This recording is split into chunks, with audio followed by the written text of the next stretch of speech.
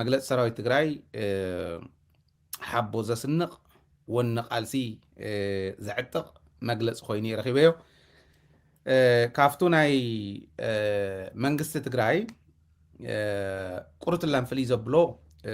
ናብ ዲቴይል ዳርጋ ዝኸዱ ይመስለኒ ኣብቱ ኣብ ሸረሪና ዝበፅሐ ጉዳይ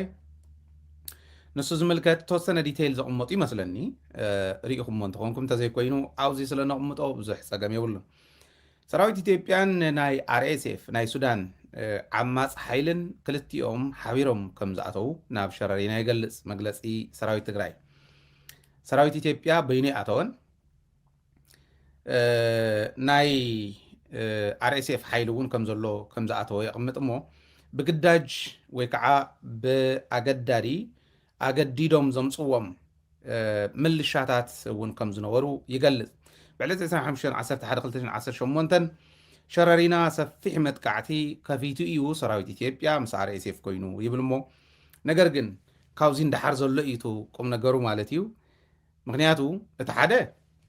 ከፊቱልና እዩ ጦርነት ዝብል ጦርነት ኣውጁ ወይ ኩናት ኣውጁ ዝብል ከም ዘሎ ንሓዞ እሞ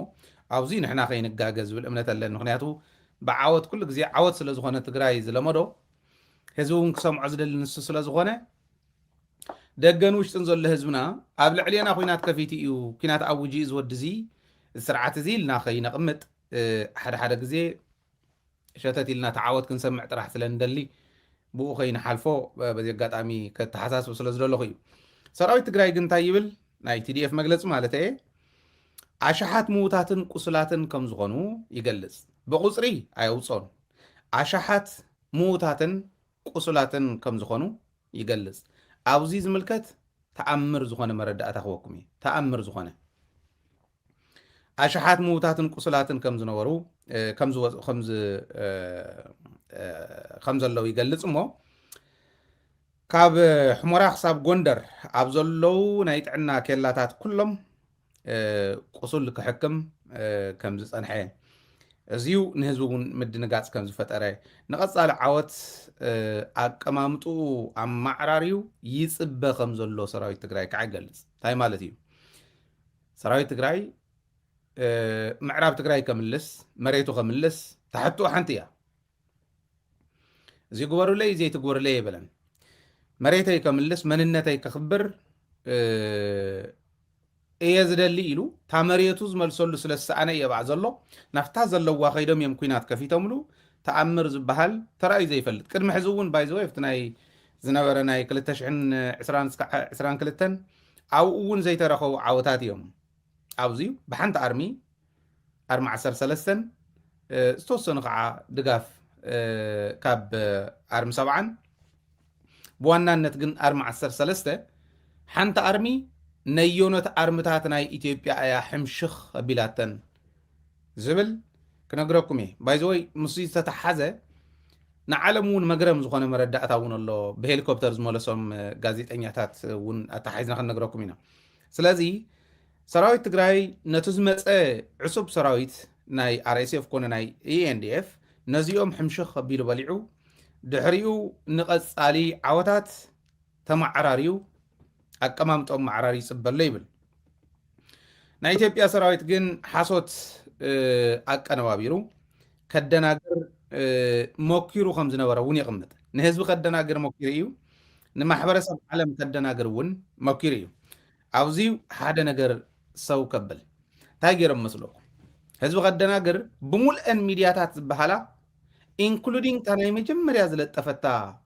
ኣንዳፍታ ትበሃል ሚድያታት ኢትዮጵያ ናይ ግልን ናይ መንግስትን ምዕራብ ትግራይ እየን ነይረን ጎንደር እውን ኣይኮናን ነይረን ምዕራብ ትግራይ እየን ነይረን ህድማ ምስ ኮነ እዩ ብሄሊኮፕተር ተላዒሎም ኣብኡ ዝነበሩ መቀነባበርቲ ተባሂሎም ተቐመጡ ብሄሊኮፕተር እዮም ወሲዶሞ ሚድያታት ናብኡ እንታይ ክገብራ ከይደን እንተኢልኩም ህዝቢ ንምድንጋር ደምሲስና እዮም ኮ ስኢሎም እዮም ዝዛረቡ ዘለዉ እምበር ኤው ህዝቢ ትግራይ ፅባሕ ንጎ ኣብ ውሽጢ ዘለን ደገ ዘለን ጠቕላላ ንናፅነተይ ዝብል ኩሉ ክንሕምሽሾ ኢና ኣርሚ 70 ኣርሚ 13 ከምዚ ጌርና ደምሲስና ባይዘወይ ኣብ ኣርሚ 70 ኣርሚ 13 እውን ተተቐነባቢሩ ዝነበረ ዋላቶም ተመለሱ ሓሶት ተቀነባቢሮም ከምዚያ ተገይሩ ተደምሲሶም ሰራዊት ትግራይ ተባሂሉ ክመሓላለፍ ተዳልዩ ነይሩ እዚኣ ሓዙለይ ክነግረኩም እየ እዚኣ እውን ብዋናነት ግን ህዝቢ ትግራይን ህዝቢ ኢትዮጵያን ንምድንጋር ሚድያታት ከይደን እየን ቀሪፀን መፅአን እያ ሰራዊት ትግራይ እያ ክጠፍእ ክድምሰስ እሞ ካብኡ ቀሪፀን መፅአን ንተጋሩ ሞራል ከውድቃ ንኢትዮጵያውያን ከዓ ኣደናጊረን ዘየለ ነገር ነጊረን ኩሉ ለዓዒለን በኣር ትግራይ ክንበልዓ ንኽእል ኢና ዝብል ኢትዮጵያዊ ክመፅእ እዩ ነይሩ እቲ ሓሳብ ማለት እዩ ለዚ ቦዚአን ከይደን ንማሕበረሰብ ዓለም ሕዚ እውን ዝገብርዎ ዘለው እዩ ብተጋሩ ሞኪሮም እዮም ጌታቸው ፅሒፍ እዩ ተዛሪቡ እዩ ጻድቃን ፅሒፍ እዩ ተዛሪቡ ዘይተዛረበ የለ በዓል ብርሃን በላይ እውን ፅሒፎም እዮም ኩናት ዝጀመረስ ቲዲኤፍ እዩ ኢሎም ናፍታ ዘለዋ ቦታ ናብ ሸረሪና ከይዶም ከም ዝኸፈትሉ ናብኣ ከይዶም ከም ዝኸፈትሉ ጦርነት ከም ዝኸፈትሉ ዓለም እትርእሰ ይመስሎም ደናቁር ምዃኖም ራይዎ ትፅቡቅነቱ ደደንቆርኡ ጎጉላሊኡ ወሲዱልና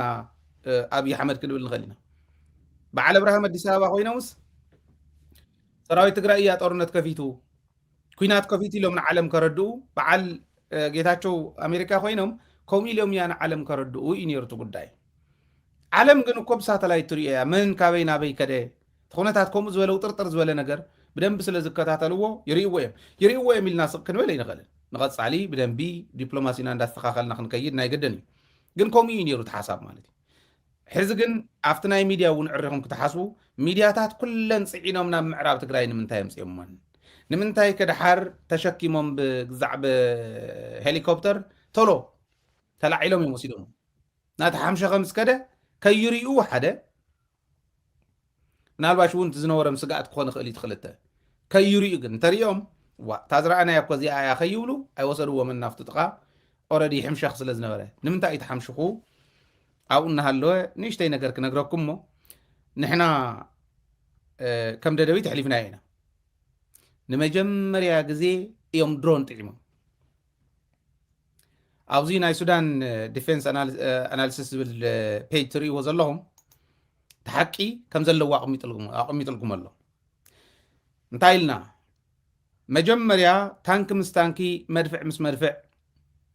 እዩ ነይሩ ድሮናት ኣምፅኡ ድሮን ምስ ድሮን ኮይኑ እግረኛ እውን እቲ እግረኛ ምስ እግረኛ ከይዱ እቲ ብጣዕሚ ዘደናገፆም ግን ድሮን ሰራዊት ትግራይ ኣብኡ ነልኩም አንብቡ ሪፖርት ከም ዘርእዮ ናይ ትግራይ ሰራዊት ድሮናት ኣብ ልዕሊ ናይ ኢትዮጵያ ሰራዊት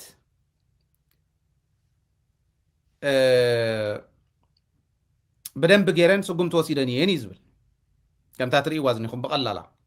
ስለዚ ንመጀመርያ ግዜ ድሮን ዝጠዓመ ሰራዊት ክምለስ ደኾን ይኾን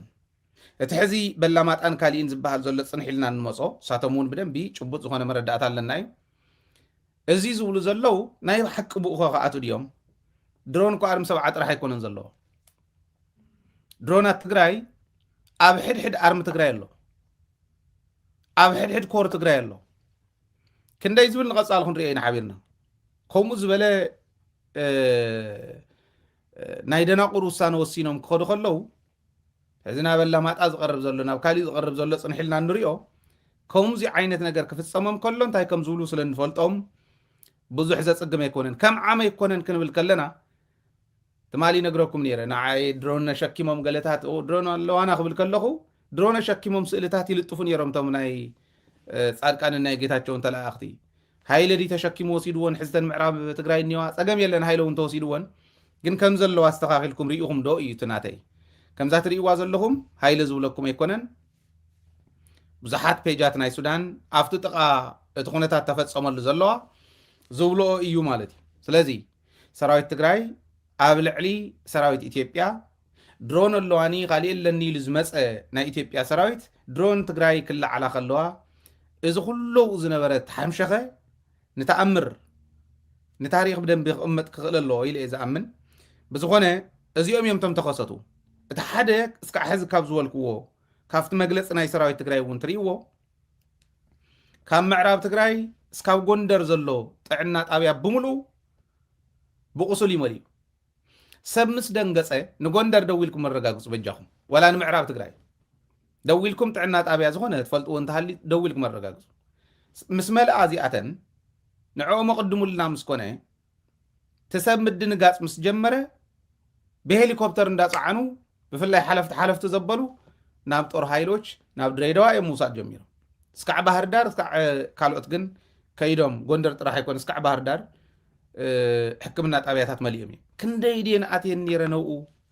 ከመይ ዝበለ መጥቃዕቲ ዲበጽሕዎም ክንዱእ ኮይኖም ክትብሉ ትኽእሉ ኢኹም ክነግረኩም ካሊእ እውን ተኣምር ስለ ዘሎ ስለዚ ኣብዚ ናይ ሰራዊት ትግራይ መግለጺ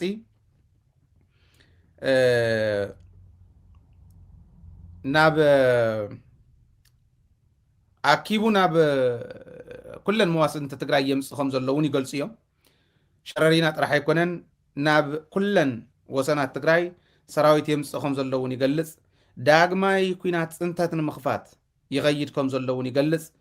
ነገር ግን ለሙውን ከም ቀደምና ለሙውን ከም ዓሚ بحور ቅልጽምና ጸላእተና ሽኒፍና ናጽነትና ንእውጀሉ ግዜ ሕዚ ኢሎም ጻውዒት ካዕቅርቡ ኣብ ጎኒ ሰራዊት ትግራይ ክስለፍ ኣለዎ ህዝቢ ትግራይ ደገን ውሽጥን ዘሎ ትግራዋይ ኩሉ ኣብ ጎኒ ሰራዊትና ንክስለፍ ይጽውዕ ማለት መንግስት ትግራይ ዘውፀውን ዳርጉ እዩ ነይሩ ሰራዊት ትግራይ ውጽዎ ዝንሄ መግለጽ ከዓት ጻውዒት ብፍላይ ሰራዊት ናይ ኩልና እዩ ናይ ውድብ ኣይኮነ ናይ ግለሰባት ኣይኮነ ኣብ ጎኒ ሰራዊት እዚ ዘይስለፍ ትግራዋይ እንተሃልዩ ደገ ያህሉ ውሽጢ ያህሉ ዘይግድስ ትግራዋይነቱ ኣብ ሕቶ ምልክት ክእቱ ክእል ኣለዎ ትግራዋይነቱ ኣብ ሕቶ ምልክት ክእቱ ክእል ኣለዎ እከለይ ይኸልኦ ማለት ኣይኮነን ሕጂ ናይ ህልውና ግጥም እዩ እቲ ናይ ህልውና ግጥም መንግስትና ምዕሩይ ብዝኾነ ፖለቲካዊ ዕላማ ክመርሖ ፖለቲካዊ ዕላማ ክህሉ ኣለዎ እቲ መፈጸሚኡ ኦረዲት ንሰርሖ ዘለና እዩ ሰራዊት እውን መፈጸም ፖለቲካዊ ዕላማ እዩ ምንም ጥርጥር የብሉን ፖለቲካ ኣይእትወና ፖለቲካ ከኣትየውልን ገለ ይብሉ ሰራዊት ማለት ጫፍ ብልሒ መፈጸሚ ፖለቲካዊ ዕላማ ማለት ፖለቲካዊ ዕላማና ስለ ዘይነጸርና ኢና እንዳተወቃዕና ነርና ብረታዊ ቃልሲ ንስዕር ፖለቲካዊ ቃልስና ግን ንጹር ብዝኾነ መንገዲ ኣይምራሕን ነይሩ ንብሎ ንሱ እቲ መንገዲ ንሱ እቲ ብንጹር ፖለቲካዊ ዕላማ ዘይምራሕ ዝነበረ እዩ ዕንቅፋት እንዳረኸቦ ኣብ መንጎ ንድሕሪት እንዳተመለስና ዝነበርና ነገር ግን ሕጂ ብንጹር ፖለቲካዊ ዕላማ ዝምራሕ ዘሎ ቃልሲ ህዝቢ ትግራይ ሰራዊት ትግራይ እዞም ሕዚ ትርእይዎም ዘለኹም ዓወታት ክረክብ ከሎ ኣብ ደገነ ውሽጥን ዘሎ ትግራዋይ ኩሉ ኣብ ጎኒ ሰራዊት ትግራይ ኮይኑ ዝጎደሎ እንዳመለአ ክገብሮ ዝግብኦ ናይ ዜግነት ግዴቱ እንዳተዋፀ ክቕፅል ከም ዘለዎ በዚ ኣጋጣሚ ከተሓሳስብ ማለት እዩ ድሕሪኡ ኣብኡ ካብ ሸረሪና ከይወፃና ገና ኢና ናበለማጣት ዝበልዎ ብካልኦት ከባቢታት ትግራይ እውን ከቢቢ ዘሎ እዮም ዝብሉ ናብ ኩለን መዋስንተ ትግራይ ብጀካ እታ ብጽምዶ ዝፈታሕናያ እታ ጽምዶ እውን ክንመጽኢና ብጀካ እታ ብጽምዶ ዝፈታሕናያ ኣብ ኩለን ከባቢታት ትግራይ ኣኸቢብሎ ኢሎም እዮም ገሊፆም ዘለዉ እዚዩ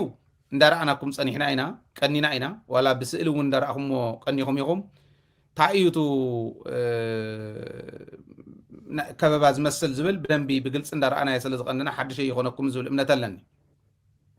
ነገር ግን ኣብቲ ናይ ሸረሪና እንተይወዳእና ኣይ ሆፕ እዚኣ መስለኒታ ኢሜጅ እንተረኺበያ እዚኣ እውን እንዳረኣናያ እንተኸድና ግልጽ ኮነልና የስ ረኺበያ ኣለኹ እቲ ናይ ሸረሪና እንተይወዳእና ኣብዚዩ ሓደ ዓብዪ መረዳእታ መብዛሕትና ዘይፈለጥናዮ እስካዕ ሕዚ ዘይረኸብናዮ ከካፍለኩም ደልየ ኣብ ሸረሪና ዝተሳተፋ ኣርምታት ተፈላለያ እዝታት ተሳቲፈን እየን ናይ ብርሃኑ በቀለ እዝታት እውን እዚ እውን ዝተወሰና ክፍለ ሰራዊት ተሳቲፈን እየን ኣሳቲፋ እያ እቲ ብጣዕሚ ዝገረመኒ ግን ትግራዋይ ኣማረ ባህታ ዝመርሖ ሰሜን ምዕራብ ዝበሃል ምዕራብን ሰሜን ምዕራብን እንዴን ተሳቲፈን ናይ ኣማረ ባህታ ክልተ ኮርን ናይ ብርሃኑ በቀለ ዝተወሰና ኮራትን እየን ተሳቲፈን መጀመርያ ተንዝጠፍኣ ኮራት ክንደይ ሰብኢ ተሪፍዎን ዝብል መግረም ዝኾነ ክነግረኩም እዩ ግን ቅድሚና ምእታውና ኣማረ ባህታ ማለት ትግራዋይ ካፍተን 12 እዝታት ናይ ኢትዮጵያ እዚ እየ ዝብል ዘለኹ ግንባራት ናይ ኢትዮጵያ ካፍተን 12 ግንባራት ናይ ኢትዮጵያ እታ ሓንቲ ግንባር ዝመርሕ ኣማረ ባህታ ዝበሃል ትግራዋይ ካፍተን 12 እታ ሓንቲ ዝመርሕ ኣስተውዕል ትግራዋይ ካፍተን 12 ሓንቲ ስለ ዝመርሐ ጥራሕ ግን ኣይኮነን ኣነ ክዛረብ ዝደለኹ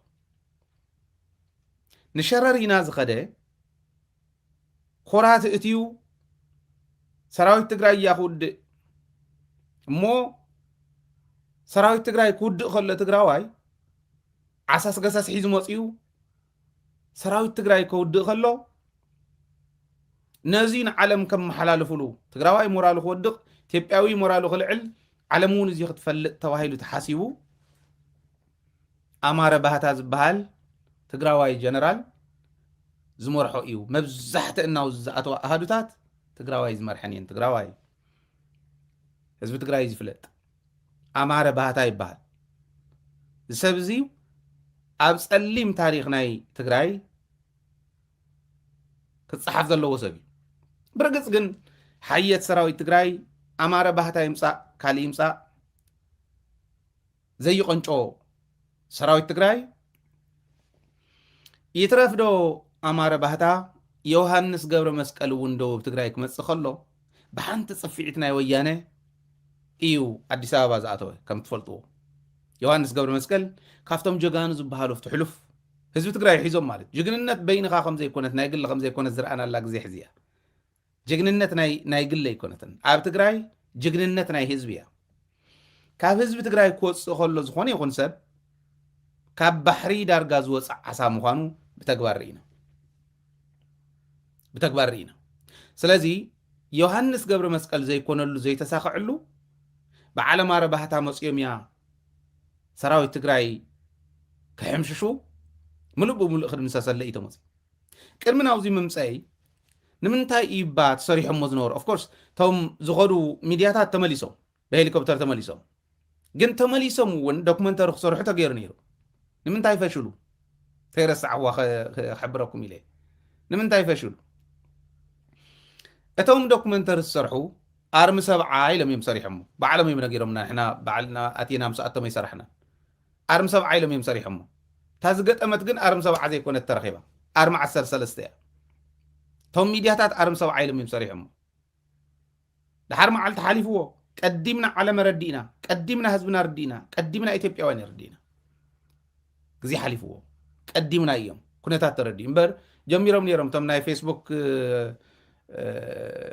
ኣሃዱታት ናይ ብልፅግና ባዕልና ናይል መኮነን እውን ተይተረፈ ጌታቸው ተታሒዙ ደብረፅዮን ተታሒዙ እናበሉ ዝዕብዱ ዝነበሩ ፍቱ ሕሉፍ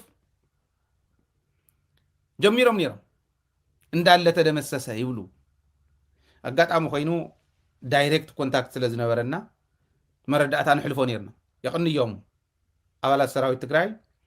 መረዳእታ ቀዲሞም ነጊሮምና ናይ ሚድያ ጠቕሚ ፈሊጦም ንሕና እውን ብደንብ ሰሪሕናሉ መሊስናዮ ኢና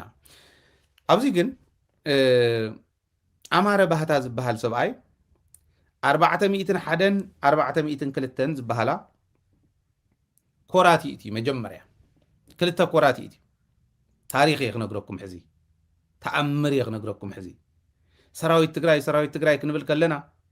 ዓለም እውን ቲዲኤፍ ክትብል ከላ ቲዲኤፍ ማለት እንታይ ማለት ምዃኑ ሓንቲ ኣርሚ እሞ ረዳት እኳ ብካሊእ ወገን በዚ መፀሉ ኣርሚ እከለ ይለኣኸል ካሎ ዘይበሃለሉ ቦታ ኮይና ተኣምር ስራሕቲ ክነግረኩም ንቀደም ክልተ ኮራት ናይ ኣማረ ባህታ ናይ ዝኸዳዕ ትግራዋይ እየን ኣትየን 401 402 ዝበሃል ካብ 401 ቅድሚት ዝኣተዋ 54 56 ዝበሃላ ክፍለ ሰራዊት እየን 402 ኮር ከዓ ከም ዘለዎ ኣትያ ንታሪክ 24 ሰብ ተሪፎም ስታፍ ናይ 402 ሶኢሉ ቱ ዓወት በሽሓት ኢሉ ገሊፅዎ ሰራዊት ትግራይ በሽሓት ሞይቶምን ቆሲሎምን ይልዎ 24 ስታፍ እዮም ዝሰሙ ስታፍ ማለት እዚ ናይ ድሕሪት ዘለው ናይ ሎጂስቲክስ ናይ ግዛዕ ምዛዕ ዝበሃሉ ማለት እዚኦም እዮም 24 ሰብ ካብ ሓንቲ ኮር ተሪፎም ማለት እንታይ ማለት እዩ ተመልከትዎ ሓንቲ ጋንታ ይኮንና ንብል ዘለና ሓንቲ ሓይሊ ይኮንና ንብል ዘለና ሓንቲ ሬጅመንት ይኮንና ንብል ዘለና ብርጌድ ይኮነን ክፍለ ጦር ይኮነን ኮር እየ ዝብል ዘሎ ካብ ሓንቲ ኮር 24 ሰብ ጥራሕ ዝተረፋ እያ ካብዛ 402 ትበሃል ከም ዘለዋ ተሓምሸሸት እያ 401 ትበሃል እውን 54 56 ዝበሃል ኣትየን ተሓምሽሸና እየን ዝተረፉ ክፍለ ሰራዊታት ተኣኻኺቦም እንደገና ትመጥቃዕቲ ካብ ንጎ ጋሕታ ጀሚሩ ካብ 11 እስካብ 12 ዘሎ ሰዓት ናይ ንጎ እዮም ኣትዮም ካብኡ ጀሚሮም እስካዕ ምሸት እዮም ፀኒሖም እስካዕ ዓጋ ምሸት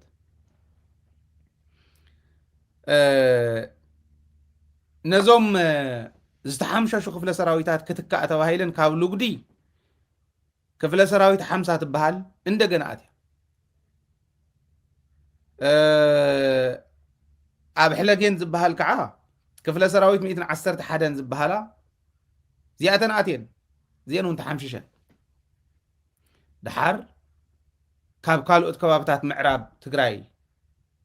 ዝነበሩ ኣብ ካልኦት ከባብታት ምዕራብ ትግራይ ዝነበረ ሰራዊት ህድማ ጀሚሩ ንጎንደር ማለት እዩ ንጎንደር ህድማ ተጀሚሩ ብናይ ፐብሊክ ትራንስፖርት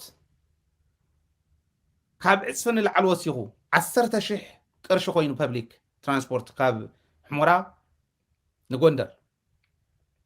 ካብ ሕሞራ ጎንደርስ 10,000 ቅርሺ ኮይኑ ሰራዊት ህድማ ጀሚሩ ጉያ ምስ ጀመረ ማለት እዩ ድሓርታ ገይሮም ጠጠው ብልዎን ኢሎም ነተን መኻይን ጠጠው ኣቢሎም ነተን ናይ ግሊ መኻይን ጠጠው ብሉ ጉዕዞ ይፍቀድኒ ኢሎም ጠጠው ኣቢሎም ኣምቡላንስ ክኽእሎ ስለ ዘይከኣለ ዝሞተን ዝቆሰለን ከውፅዎ ስለ ዘይከኣሉ ብርግፅ ኣብኡ ዝበሽቀጡ ብዙሓት እዮም ሕዚ እዙ ዘሎ ተማረኹ ብዙሓት እዮም ዝቆሰሉ ብዙሓት እዮም ኣፅዋር ግሒትካ ምውሳድ እስካዕ ኣብዮ ኮይኑ ሰራዊት ትግራይ ግን ነዚኦም ምውፃእ ኣምቡላንስ ስለ ዘይኣኸላ ኦራላት ስለ ዘይኣኸላ ፐብሊክ ትራንስፖርት ኣትየን ከውፃ ገይሮም እስካዕ ክንዲዚ እዩ ነይሩ ሕዚ እዘን ክፍለ ሰራዊታት እዚአን ኣትየን እንደገና ይረግፋ ተንድሓር ኣትየን ዝብለኩም 115 ዝበሃላ ኣስመላሽ ከዓ ይእቱ ማለት እዩ ኣስመላሽ ዝበሃሉ እዞም ናይ ደመቀ ዘውዱ እዚኣቶም እዞም ተከዘ ዘብ ማለት እዩ እዚኦም ከዓ ኣትዮም ሰሙና ረጊፎም ንብልፅግና ኣብሶሉት ዝኾነ ሾክ ጽኢሉ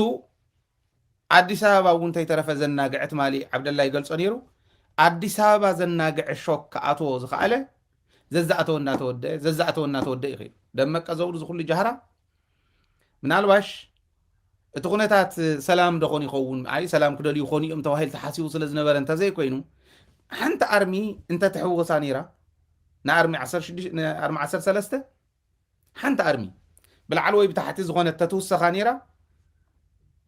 ደመቀ ዘውዱ ብኢድ ክትሓዝ ይነብር ማለት እዩ ኣነ ብኢድ ክትሓዝ ዝደልዮ ትሰብ ንሱ ብኢድ ክትሓዝ ይኸውን ንቐፃሊ እውን ክትሓዝ እውን እየ ዝደልዮ ብለኩም ብልፅግና ናብ ቶታል ሾክ ዝኣተወሉ ነዚ ንምሽፋን ግን ድራማታት እናሰርሐ ዝነበረ ነዚ እዩ ማለት እዩ ዓንተ ወይ ዝበልኩኹም ዓርሚ ሰብ ዓይሎም እዮም ሰሪሖም ሞቶም ዝሰርሑ እውን እቶም ዝሃደሙ ኣብኡ ከይዶም ዝነበሩ ናይ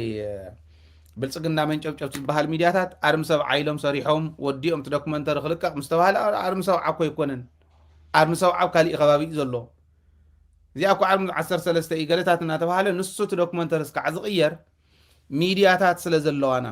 ሚድያታት ትግራይ ከም ደደቢት ዝበላ ስለ ዘለዋና እዚኣተን ብደንብ ገይረን ህዝበን ረዲአን ማሕበራዊ ሚድያ ዘሎ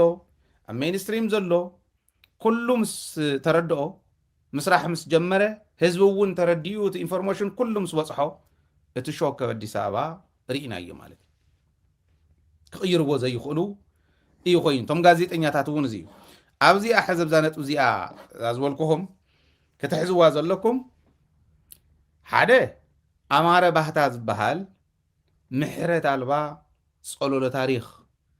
ዝፀሓፈ ትግራዋይ ምዃኑ ምፍላጥ ትዝወረረናስ ትግራዋይ ንትግራይ ዝወረረስ ትግራዋይ ኮይኑ ክርከብ ከሎ ካብዚ ንላዕሊ ሕመቕ የለን ካብዚ ንላዕሊ ውርደት የለን ኣብ ከምዚ ዝበለ ውርደት ዝኣተወ ትግራዋይ ካብ ምርኣይ ንላዕሊ ዝሕዝን የለን ትግራዋይ እዩ ኣማረ ባህታ ትግራዋይነቱ ማንም ኣይሕድጎን ግን ባንዳ ትግራዋይ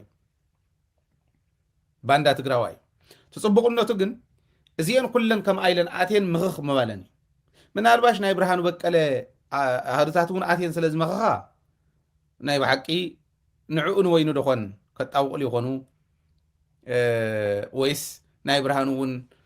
በቀለ እውን ተወሰነ ኣብኡ ስለ ዝተሓምሸሸኦ